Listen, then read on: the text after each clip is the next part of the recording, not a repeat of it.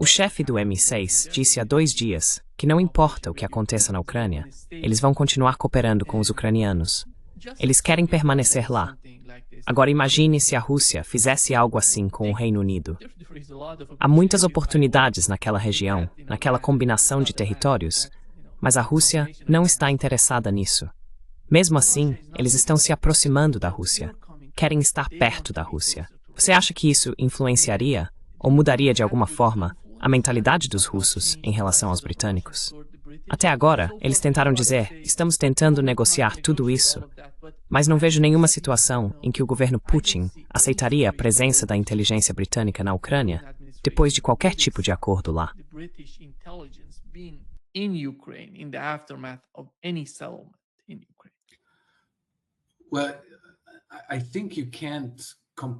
Bem, acho que você não pode eliminar completamente a presença da inteligência britânica, assim como não pode eliminar a presença do Mossad, da CIA e de outros. Eles sempre estarão lá. Mas o que se tenta fazer é contê-los de certas maneiras. Tenta-se saber quem eles são, monitorar suas atividades para entender o que estão fazendo, de onde vêm as ameaças e assim por diante. Portanto, não se trata de não aceitar a inteligência britânica. Acho que isso nem é realista. Trata-se de não tropas britânicas em Sol, ou tropas alemãs ou de quem mais for enviar lá.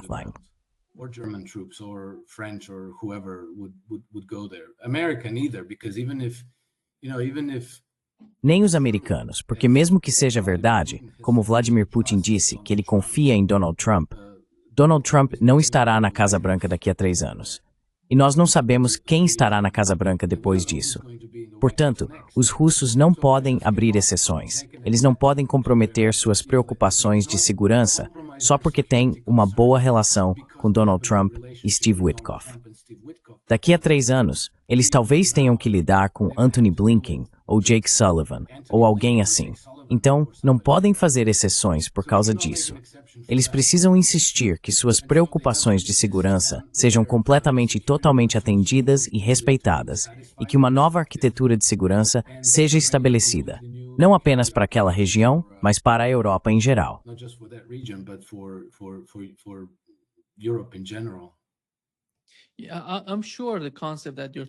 Tenho certeza de que entendo o conceito de que você está falando, porque na Rússia, no Irã, na China e na Índia de hoje, vemos esses agentes lá coletando informações. Mas a questão central para a Rússia seria o governo na Ucrânia.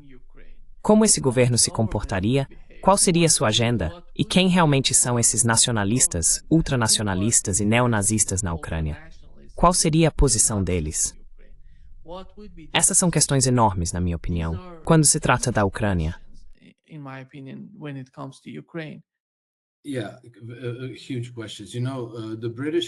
Sim, são questões enormes. Você sabe, os britânicos evacuaram cerca de 8.000 soldados e oficiais aliados aos nazistas da Ucrânia após a Segunda Guerra Mundial, e os levaram para a Grã-Bretanha e para o Canadá. E veja, eles ainda estão lá, e estão organizados.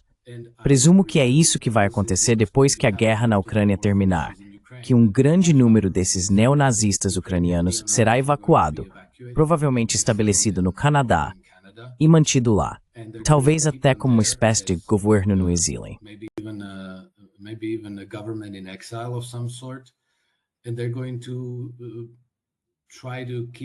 E eles vão tentar mantê-los para a próxima oportunidade de derrubar a Rússia, porque vem tentando derrubar a Rússia há séculos, dependendo de como se queira ver.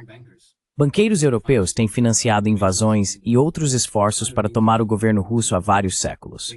Houve a invasão sueca, a invasão polaco-lituana, Napoleão em 1812 e, claro, Hitler com a Operação Barbarossa em 1941. Mas também houve tentativas de penetrar nas estruturas de governo russas e instalar um governante fantoche. Isso remonta ao século XVI.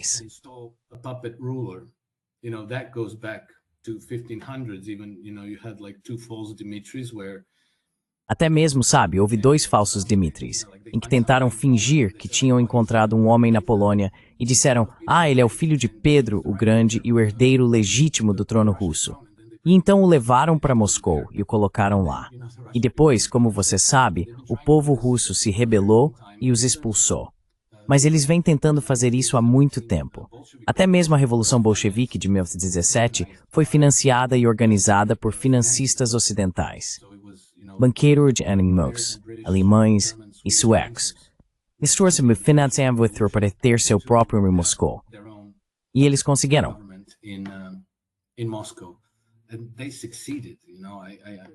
I grew up in the communist world. Sabe, eu cresci no mundo comunista. Isso não foi o que nos ensinaram. Mas veja, cerca de 50 anos depois de um evento, muitos documentos são divulgados. E agora sabemos com certeza que isso não é uma teoria da conspiração. Sabemos com certeza que foi isso que realmente aconteceu, por meio de investigações do Congresso dos Estados Unidos e de arquivos do Departamento de Estado, que de fato, banqueiros de Nova York, em cooperação com banqueiros e agências de inteligência da Alemanha e da Suécia, orquestraram a Revolução Bolchevique e instalaram o governo comunista lá, que permaneceu leal a eles até Stalin assumir o poder e realizar uma purga. Mas eu acho que de alguma forma, provavelmente em nível de Banco Central, os contatos permaneceram.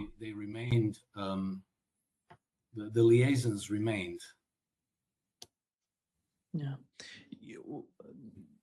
Alex, looking at the conflict in Ukraine and Alex, observando o conflito na Ucrânia, já estamos nos aproximando de 4 anos. E apesar de tudo, sabemos que um dos principais motivos pelos quais esse conflito tem durado tanto tempo é por causa de certas considerações operacionais por parte do exército russo, das mudanças que ocorreram, de como o exército russo foi transformado. A transformação do exército russo é realmente impressionante. Um exército que foi projetado para fins defensivos está agora, na minha opinião, preparado para realizar qualquer operação ofensiva fora da Rússia. Mas deixando de lado todas essas questões militares e operacionais, e olhando para o principal objetivo do presidente russo, seria um acordo estratégico mais amplo com os Estados Unidos. Strategic agreement with the United States. That's why they knew that. É por isso que você sabe, eles já sabiam disso mesmo antes de Donald Trump chegar ao poder. Eles já estavam pensando, se Donald Trump chegar, o que mudaria? O que traria Donald Trump para a mesa de negociações? E nós estamos praticamente, você sabe, chegando ao fim do conflito, na minha opinião. Você acha que Putin vai conseguir o que tinha em mente em termos de segurança? Esse tipo de acordo de segurança abrangente com o Ocidente? Algum tipo de pacto que incluiria todos esses atores ocidentais? Porque, afinal, eu não vejo a Europa presente. A Europa está, de certa forma, ausente do quadro. E, na minha humilde opinião, acredito que a Europa deveria fazer parte do acordo. A Europa precisa fazer parte do acordo, mas não parece ser esse o caso. Europe must be part of the agreement, but it doesn't seem that's the case.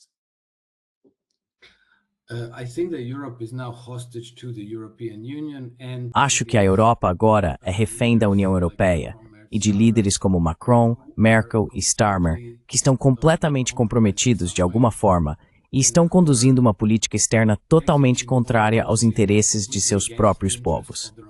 Acho que isso continuará assim até que essas pessoas sejam removidas do poder.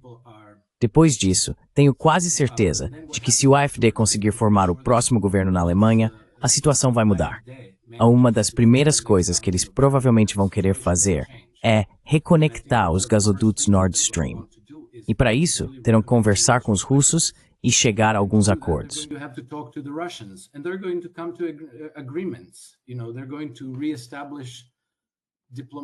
Sabe, eles vão restabelecer as relações diplomáticas, vão restabelecer as relações comerciais.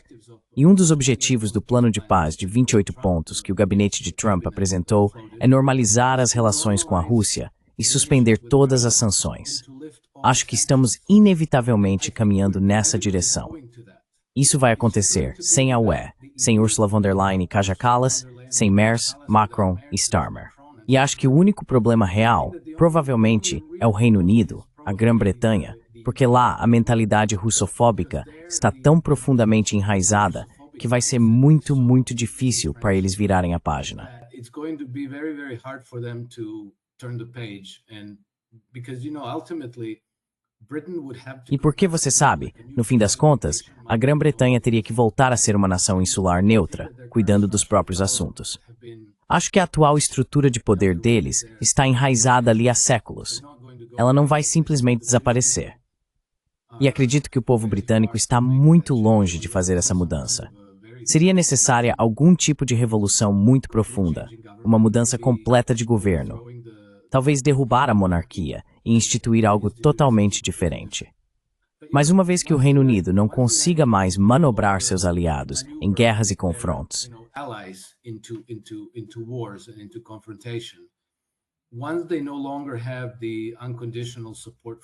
uma vez que eles não tenham mais o apoio incondicional dos Estados Unidos, não há muito que possam fazer a partir daí. Eles vão ter que repensar o que estão fazendo. E eu acho que desta vez, nem os russos, nem os chineses vão simplesmente dizer, bem, tudo bem, continuem como sempre. Porque eles sabem que essas pessoas nunca desistem. Eles se reagrupam, talvez adaptem sua estratégia, mas continuam atacando, porque o modelo de negócio deles é o colonialismo. Deve-se precisa de uma política Rússia, da China e do Irã para destruir a riqueza delas. Extract wealth from them. And that's going to stay a constant. E isso vai continuar sendo uma constante, como tem sido por alguns séculos. Acho que neste momento, os russos e os chineses vão continuar exercendo pressão sobre o Reino Unido para que ele se reforme de maneira muito profunda. E acredito que isso vai durar bastante tempo, porque espero que eles façam isso por meios legais, exigindo reparações, por exemplo. Os indianos, por algum motivo, calcularam que durante o domínio britânico, cerca de 44 trilhões de dólares em riqueza, em valores atuais, foram extraídos da Índia. Não sei por que fizeram esse cálculo, mas provavelmente não foi por tédio.